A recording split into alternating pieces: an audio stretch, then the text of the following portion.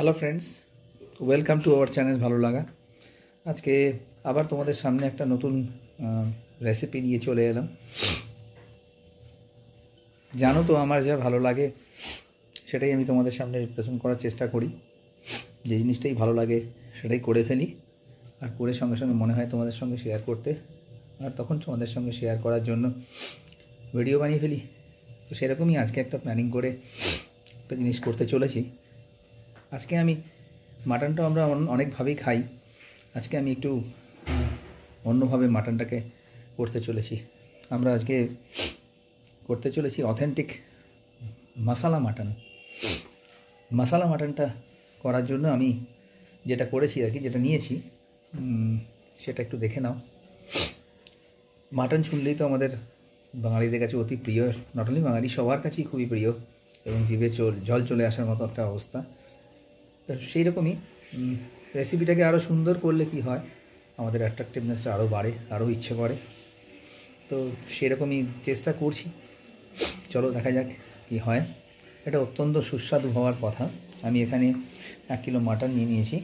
এই মাটন আমি রাঙের মাটন এবং সিনার মাটন মিশিয়ে নিয়েছি, তোমরা তোমাদের পছন্দ মতো, তবে রাঙের মাটনটা অবশ্যই রাখবে, সিনাটা হলেও ভালো হয়। আর কি নিয়েছি আমি এখানে কিছু মশলা স্পাইসেস নিয়ে নিয়েছি আমি, দেখতে পাচ্ছ এখানে 2টো শুকনো লঙ্কা, 2-3টে তেজপাতা, গোটা গরম মশলা নিয়েছি আমি, তার সঙ্গে গুঁড়ো গরম মশলাও নিয়েছি। মাঝখানে রয়েছে আদা রসুনের পেস্ট বেশ খানিকটা, এখানে রয়েছে তোমার কাশ্মীরি লঙ্কার গুঁড়ো, তারপরে লঙ্কার গুঁড়ো খুব সামান্য, কারণ লঙ্কার গুঁড়োটা আমরা ঝাল খুব একটা পছন্দ করি না। তো তোমরা স্পাইসি খেতে চাইলে, তীখা খেতে চাইলে সেটা দেবে, এটা আমরা খুব লাইক করি। ব্ল্যাক পেপার পাউডার, এখানে রয়েছে জিরে গুঁড়ো, এখানে রয়েছে ধনে গুঁড়ো, আর এই দেখতে পাচ্ছ এখানে আমরা গরম মশলা গুঁড়ো আগেই বলেছি ওটাও নিয়েছি। নুনটা আমি পরে অ্যাড করব। আর এইখানে আমি আগে থেকে পেঁয়াজ, বড় সাইজের ধরো গোটা 3টে পেঁয়াজ আমি কুচিয়ে নিয়ে সেটাকে ভেজে নিয়েছি, এভাবে ভেজে নিয়েছি। আর সঙ্গে নিয়েছি কিছুটা ধনে পাতা, কিছুটা পুদিনা পাতা, এরকম 3টে টমেটো, আর নিয়েছি একটু কাঁচা বাদাম আর কয়েকটা কাজু, 7-8 পিস কাজু। আমি এই যে ব্যাটারটা দেখছো, এইটা পুরোটাই আমি মিক্সিতে আমি পুরোটাকেই স্ম্যাশ করে নেব, একটা গ্রেভি লাইক করে নেব। আর মাটনটাকে সেপারেটলি আমি কী করছি সেটা তোমরা একটু খেয়াল করো। তো চলো ধীরে ধীরে আমি এই গ্রেভিটা করে নিই, তারপরে চলো ধীরে ধীরে আমরা কীভাবে স্টেপ বাই স্টেপ করতে থাকি সেটা দেখাই। আশা করি এটা তোমাদের ভালো লাগবে। তো আগে ভিডিওটা দেখো, পুরোটা দেখলে তবে ভালো লাগবে, ভিডিওটা স্কিপ করো না। আর নিজেরা বানিয়ে করলেও সেটা খুব ভালো লাগবে, কারণ আমার সমস্ত রেসিপি কিন্তু ঘরোয়া মেথড। তো যে কোনো সময়ে, যে কোনোভাবে, যে কোনো মুহূর্তে অ্যাভেলেবেল জিনিস দিয়েই তুমি করে ফেলতে পারো। তো চলো এর পরের স্টেপে আমরা কী করি দেখা যাক। তো বন্ধুরা, আমি দেখতেই পাচ্ছ ওভেনে কড়াই বসিয়ে দিয়েছি, ননস্টিক কড়াই বসিয়েছি এবং তার মধ্যে তেল দিয়েছি। হ্যাঁ, তেল দেওয়ার আগে অবশ্যই আমি কিছুটা এর মধ্যে ঘি অ্যাড করেছি, 2 চামচ মতো আমি ঘি অ্যাড করেছি। এটা সম্পূর্ণ তোমাদের নিজেদের ব্যাপার, কিন্তু ঘিটা দিলে প্রিপারেশনটা অনেক টেস্টি হয়, তাই জন্যই আমি চেষ্টা করেছি এর মধ্যে ঘিটা অ্যাড করা। কারণ আমি প্রতিবারই রান্নার সময়, এই ধরনের রান্নার সময়, যেহেতু টেস্টি যথেষ্ট রোচক কিছু রেসিপি করতে যাই এই ধরনের, সেগুলোতে মোগল রেসিপিগুলো বা নট অনলি মোগলাই রেসিপি, আদার রেসিপিতেও প্রয়োজন মতো আমি ঘিটা অ্যাড করি। তো তোমরা চাইলে ঘিটা অ্যাড করতে পারো, তারপর তোমরা তেল অ্যাড করো, তেল প্রয়োজন মতো অ্যাড করো। দেখো আমি এখানে মোটামুটি এই পরিমাণ তেল অ্যাড করেছি। এবার আমি তেলের মধ্যে আমার প্রথম যেটা আমি অ্যাড করবো, এটা কিন্তু আমি একটা ভালো স্মেলের জন্য আমি অ্যাড করবো 2টো শুকনো লঙ্কা, গোটা শুকনো লঙ্কা অ্যাড করলাম তেলের মধ্যে আমি।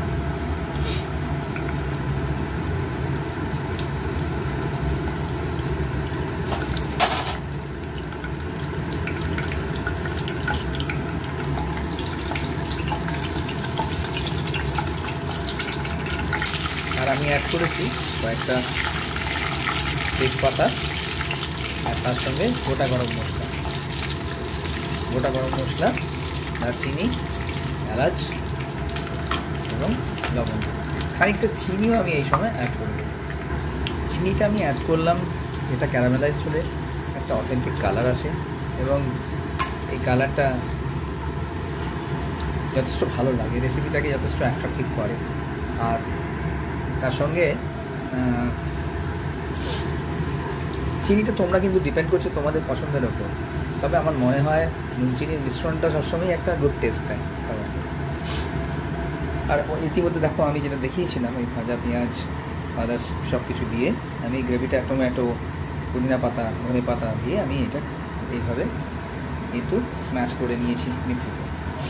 আর পাশে একটা জিনিস দেখাই, দেখো আলু আমি ভেজে রেখেছি, এটা অপশনাল, আলুটা তোমরা নাও দিতে পারো, তাতে ব্যাপারটা হয়তো আরও বেটার লাগবে, কিন্তু আমরা আলুটা প্রচণ্ড লাইক করি, স্পেশালি আমি, তাই আমি লাস্টে আলুটা একদম শেষে মিশিয়ে দেবো। তোমরা চাইলে দিতে পারো, নাও দিতে পারো। হয়ে গেছে এটা। এখন আমি এর মধ্যে মাংসগুলোকে দিয়ে মাংসগুলোকে ভাজবো। মাংস আমি অ্যাড করে দিয়েছি, ফ্লেমটাকে আমি হাই করে দিচ্ছি। এই হাই ফ্লেমে আমি সব মাংসটাকে আগে ভাজবো।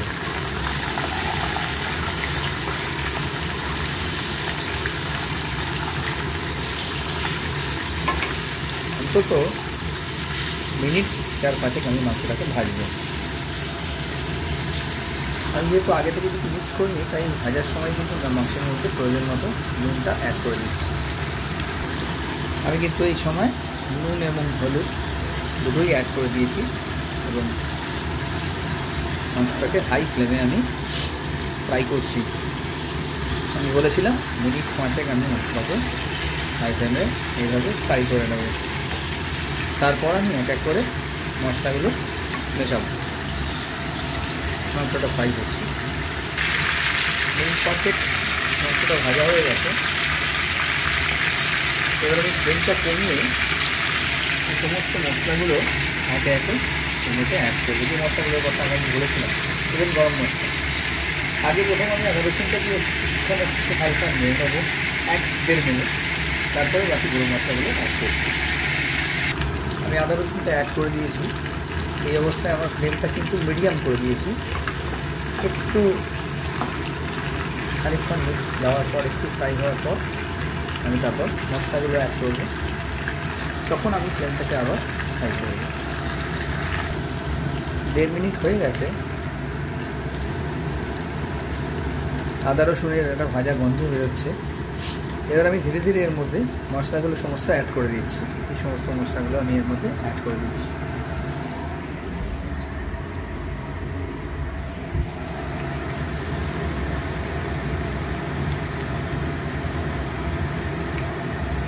দেড় মিনিট হয়ে গেছে, তাই আমি মশলাগুলো এবার এক এক করে এর মধ্যে অ্যাড করছি। আমি ফ্লেমটা একটু কমিয়ে দিয়েছি। এবার আমি অ্যাড করার পর ফ্লেমটা আবার বাড়াবো। সমস্ত মশলাগুলো আমি অ্যাড করে দিয়েছি। এবার আমি ধীরে ধীরে এটাকে একটা মিক্স দেবো। মিক্স দেওয়ার পর তারপর আমি ফ্লেমটাকে আবার হাই করে দেবো। আগে আমি এটাকে পুরোটাকে ভালো করে মশলাগুলোতে একটা ভালো করে মিক্স দিয়ে দিচ্ছি।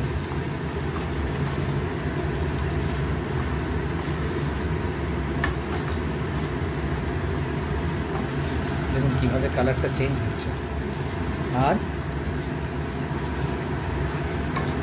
ভীষণ ভীষণ রকমের একটা অ্যাট্রাকটিভনেস। টেক্সচারটা দেখুন, এখনই মনে হচ্ছে তুলে খেয়ে, but we have to wait, প্রিপারেশানটা হতে হবে। তো আমি এবার ফ্লেমটাকে হাই করে দিলাম। এই অবস্থায় কিন্তু কন্টিনিউয়াসলি আমাকে এটাকে নাড়িয়ে যেতে হবে, কেমন কোনোভাবেই লাগতে দিলে চলবে না। কন্টিনিউ এটা প্রায় আমি এখন প্রায় 20 থেকে 25 মিনিট এভাবে বানাতে থাকি। তারপরে গিয়ে আমি কিন্তু ওই যে বানিয়ে থাকা ব্যাটারটা যেটা গ্রেভি করে রেখেছিলাম সেটা অ্যাড করব। এটা নাড়িয়ে দিতে কন্টিনিউ 20-25 মিনিট নাড়ানোর মধ্যে আপনি চাইলে মাঝে মাঝে ফ্লেম কম করে এটাকে ঢাকাও দিতে পারেন, কিন্তু আমি সেটা এখন করবো না। আমি 20-25 মিনিট কন্টিনিউ হওয়ার পর তারপর যখন আমি গ্রেভিটা অ্যাড করব সেই সময়ের পর কিন্তু আমি আবার ঢাকা দিয়ে এটাকে রান্না করব। তো প্রথম পার্টে কষানোটা কিন্তু এখন ফুল ফ্লেমে আছে এবং ফুল ফ্লেমে কিন্তু আমি এটাকে কন্টিনিউ এইভাবে নাড়িয়ে নাড়িয়ে আরও ভালো করে ফ্রাই হতে হবে। এর পরের পরটায় আমি গিয়ে ঢাকা করার চিন্তা করবো। দেখুন কালারটা খুব সুন্দরভাবে সবটা একটা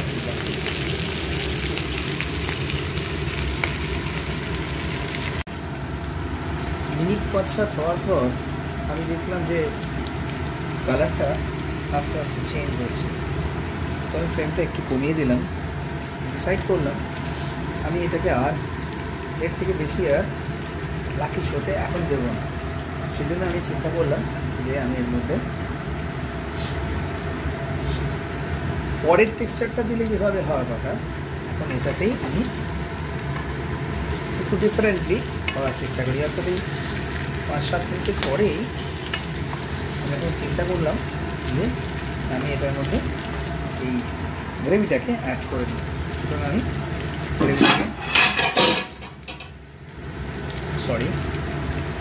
গ্রেভিটাকে এর মধ্যে অ্যাড করে দিচ্ছি।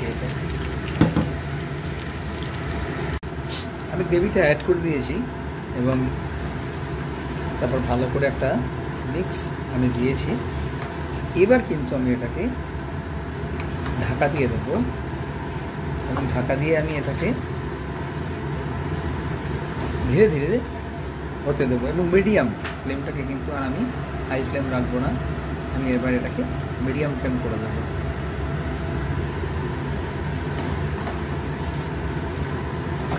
কোনো রকম জল কিন্তু আমি এখন অ্যাড করব না। পরবর্তীকালে মাংস ভালো করে যখন কষানো হয়ে যাবে, মাংস যখন বয়েল হয়ে আসবে, তারপর আমি চিন্তা ভাবনা করবো যে এর মধ্যে আমি আর ফার্দার মোর জল অ্যাড করবো কিনা।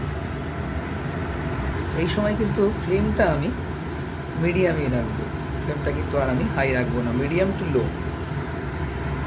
দেখো আমি ঢাকা দিয়ে দিয়েছিলাম, তারপর মিনিট 5 পর আমি কিন্তু জল অ্যাড করিনি, কিন্তু জলটা বেরোচ্ছে না, তেল প্লাস জল, এবং মাংসের টেক্সচারটাও চেঞ্জ হচ্ছে। মিনিট 5-7 পরে আমি জাস্ট তুলে আরেকবার একটুখানি ভালো করে এটাকে নাড়িয়ে দিলাম, দিয়ে আমি আবার এটাকে চাপা দিয়ে দেবো। আর একটা অদ্ভুত অ্যারোমা, বলে বোঝাতে পারবো না, এত সুন্দর একটা অ্যারোমা ছাড়ছে এর থেকে। এবং বুঝতেই পারছো কীভাবে কালার এবং টেক্সচার সমস্ত চেঞ্জ হচ্ছে। দেখো যথেষ্ট অ্যাট্রাক্টিভ লুক একটা পাচ্ছ তোমরা, লক্ষ্য করো কালারটা কীভাবে চেঞ্জ হচ্ছে। দেখো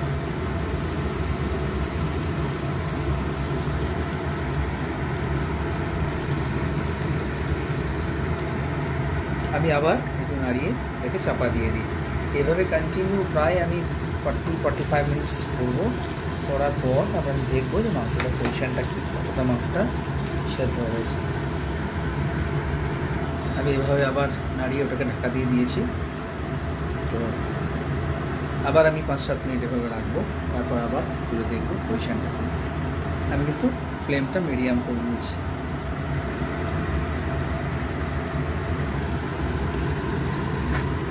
প্রায় 25 মিনিট হয়ে গেছে আমার মাংসটা। এখন দেখুন কী অবস্থায় আছে, দেখুন, এবং যথেষ্ট অ্যাট্রাক্টিভ। আমি একটু আগে চেক করে দেখলাম মাংসটা অলমোস্ট সেদ্ধ হয়ে এসছে। আমি আর কিছুক্ষণ, আর মিনিট 10 এটাকে কষতে দেবো। অসাধারণ টেক্সচার, কালার দেখুন, অ্যারোমাও অসম্ভব ভালো অ্যারোমা ছাড়ছে, বলে বোঝাতে পারবো না। আমি আর 10 মিনিটের জন্য এটাকে এভাবেই অ্যালাউ করবো। এরপর আমি কিছুটা গরম জল গ্রেভির জন্য অ্যাড করব। আপনি এটাকে এইভাবেই বসিয়ে পুরোটা রাখতে পারেন, জল অ্যাড নাও করতে পারেন। তো আমি কিছুটা সামান্য অ্যাড করবো এর মধ্যে জল। বন্ধুরা অ্যারোমা এত ভালো ছাড়ছে আমি আপনাদের বোঝাতে পারবো না। অসাধারণ অসাধারণ একটা অ্যারোমা ছাড়ছে, আমি বলে বোঝানোর মতো নেই। তো আমি আর 10 মিনিটের জন্য এটাকে অ্যালাউ করি। বন্ধুরা মিনিট 40 হয়েছে, এটা আমার মাংস সেদ্ধ হয়ে গেছে। আমি এবার, তোমরা চাইলে এইভাবেই কিন্তু মাংসকে আর একটুখানি কষিয়ে নামিয়ে নিতে পারো, কিন্তু আমি এবার কিছুটা হালকা গরম জল, সাইডে আমি গরম জল করেছি, গরম জল কিছুটা এতে অ্যাড করব। তো ঝোল করব না আমি, কিন্তু কিছুটা জল অ্যাড করব এবং ভেজে রাখা আলুগুলোকে আমি এখন এর মধ্যে অ্যাড করে দেবো, একটু পরে অ্যাড করে দেবো, দিয়ে আর হার্ডলি 10 মিনিট, তারপর আমি নামিয়ে নেব। মাংসের কালার অলরেডি বুঝতেই পারছো, একটা অসাধারণ লুক। এটা তুমি যে কোনো কিছুর সাথে, রাইসের সাথে খেতে পারো, প্লেন ভাতের সাথে খেতে পারো, পরোটা বা নানের সঙ্গে খেতে পারো, রুমালি রুটির সঙ্গে খেতে পারো, যে কোনো কিছুর সাথে এনজয় করতে পারো। দেখো আমি কিছুটা দিয়েছি জল, আর একটু অ্যাড করে আবার আমি ঢাকা দিয়ে দিচ্ছি। আমি আবার জল দিয়ে, দেখো আমি জল এভাবে অ্যাড করেছি একটু, আর মাংসটা সেদ্ধ ভেবেছিলাম হয়ে এসছে, কিন্তু আরেকটু হতে বাকি আছে। তো আমি আর এরকম 10 মিনিট করে আর 3বার একটু চেক করে নেবো। আধ ঘন্টা আমি এখন অ্যালাউ করবো এটাকে। জলটা অপশনাল, তোমরা দিতেও পারো, নাও দিতে পারো। আমি জলটা দিয়ে 10 মিনিটের জন্য ঢাকা দিয়ে দিয়েছিলাম, তারপর আবার আমি ঢাকাটা খুলে দিয়েছি, আবার ঢাকা দিয়ে দেবো। আর আলুগুলো দিয়ে দিয়েছি, দেখো আলু দেওয়ার পর কেরকম অ্যাট্রাকটিভ লাগছে, দেখো শুধু মনে হচ্ছে আবার খেয়ে নিই। যাই হোক, এটা হোক, আরও অন্তত 10-15 মিনিট আমি এইভাবে করি, ততক্ষণ আশা করি মাংসটা ভালোভাবে সেদ্ধ হয়ে যাবে। টোটাল টাইম 1.5 ঘন্টা 1.5-2 ঘন্টা মাথায় রাখবে যখনই তুমি কড়াইতে করছো সেই সময়টা। চলো বন্ধুরা, আমি আরও আধ ঘন্টা এটাকে রাখলাম, রাখার পর আমি এবার ফিরে এলাম। আমার মাংস এখন সেদ্ধ হয়ে গেছে, দেখতেই পাচ্ছ, হালকা গ্রেভি রয়েছে। এটা বন্ধ করার পরে অনেকটা ধরে যাবে। তো এই হলো আমার অথেন্টিক মশালা মাটন। একদম অনেকভাবেই তো মাটন খাই, এটা একটু ডিফারেন্টলি করলাম এবং আমি টেস্টও একটু করলাম, অসাধারণ, বলার কিছু নয়। মাঝখানে যেটা হয় আর কি, বাঙালি বাড়িতে আমরা কষাতে কষাতে অনেক সময় টেস্ট করি, আমি কষানোর একটু টেস্ট করলাম, কিছু মনে করো না তোমরা। তোমরাও সবাই বাড়িতে সেভাবে চেষ্টা করো, ভালো লাগার জিনিসগুলো এইভাবে, যেগুলো তোমাদের ভালো লাগে সবার সঙ্গে শেয়ার করো, আমাদের চ্যানেলটাকে ভিজিট করো। ভিডিওটা যদি ভালো লেগে থাকে তাহলে অবশ্যই ভিডিওটাকে লাইক করো, শেয়ার করো বন্ধুবান্ধবের সঙ্গে, আত্মীয় স্বজনের সঙ্গে, এবং তাদেরকে ইনসিস্ট করো তারাও যেন এটা রান্না করে খায়, কারণ ঘরোয়া পদ্ধতিতে তৈরি, কোনো রকমের কোনো আর্টিফিশিয়াল ফ্লেভার এতে পাবে না, একদম ন্যাচারাল ফ্লেভার, এবং আশা করি খুবই খুবই ভালো লাগবে তোমাদের। যদি ভিডিওটা ভালো লাগে ভিডিওটা লাইক করো, চ্যানেলটাকে অবশ্যই সাবস্ক্রাইব করো, বেশি বেশি করে বন্ধুদেরকে বলো চ্যানেলটাকে সাবস্ক্রাইব করতে। তোমাদের এই ছোটো ছোটো ভালো লাগাগুলোই আমাদেরকে, ভালো লাগাকে অনেক দূর এগিয়ে নিয়ে যেতে সাহায্য করবে। আর আরেকটা কথা, অবশ্যই আমাদের পেজ ভালো লাগা, ফেসবুক পেজ, সেখানে ভিজিট করো, আর আমাদের ইনস্টা পেজ ভালো.লাগা, সেখানেও অবশ্যই তোমরা ভিজিট করো। আশা করি ভবিষ্যতেও এইভাবে তোমরা আমাদের সঙ্গে থাকবে এবং আমাদের আরও বেশ কিছুটা পথ এগিয়ে যেতে চেষ্টা করবে। আর অবশ্যই তাই করো যেটা ভালো লাগে, সেটা করো, ট্রাই করো, এবং ভালোবাসার লোকেদের সঙ্গে শেয়ার করো, যেটা আমি করে থাকি। যে আমার ভালো লাগে, আমার ঘুরতে ভালো লাগে, আমার খেতে ভালো লাগে, আমার রেসিপি বানাতে ভালো লাগে, যখনই যেটা ভালো লাগে আমি আমার ভালো লাগার বন্ধুদের সঙ্গে শেয়ার করি। ওকে বন্ধুরা, আজকের জন্য বিদায়। Thank you very much.